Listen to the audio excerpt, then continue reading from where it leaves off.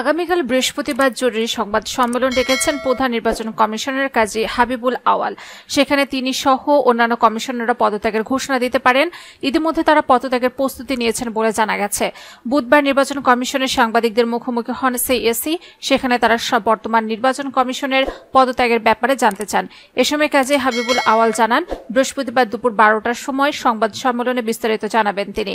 2022 সালের 26 ফেব্রুয়ারি সিএসি হিসেবে নিয়োগ পান সাবেক সিনিয়র সচিব কাজী হাবিবুল আওয়াল। কমিশনের অন্য সদস্যরা হলেন অবসরপ্রাপ্ত জেলা ও দায়রা জজ বেগম রাশিদা সুলতানা, অবসরপ্রাপ্ত ব্রিগেডিয়ার জেনারেল আহসান হাবিব খান, অবসরপ্রাপ্ত সিনিয়র সচিব মোহাম্মদ আলমগীর ও অবসরপ্রাপ্ত সিনিয়র সচিব আনিসুর রহমান।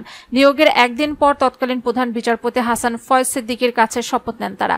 এই কমিশনের অধীনেই দ্বাদশ জাতীয় সংসদ নির্বাচন অনুষ্ঠিত হয়। এই নির্বাচনটি বিএনপি ও তাদের সমমনা রাজনৈতিক দলগুলো বর্জন করে। ভোট শেষে টানা চতুর্থবারের মতো সরকার গঠন করে শেখ হাসিনা নেতৃত্বাধীন আওয়ামী লীগ। তবে গত 5 আগস্ট ছাত্র জনতার অভ্যুত্থানের পতন ঘটে শেখ হাসিনা সরকারের। নতুন দায়িত্ব নেওয়া অন্তর্বর্তীকারী সরকার প্রশাসন সহ সব ক্ষেত্রে সংস্কার করছে। এর অংশ হিসেবে নির্বাচন কমিশন সংস্কারের ঘোষণা দিয়েছে সরকার। ধারণা করা হচ্ছে সরকারের ইঙ্গিতে পেয়ে পদত্যাগ করতে যাচ্ছেন নির্বাচন কমিশন।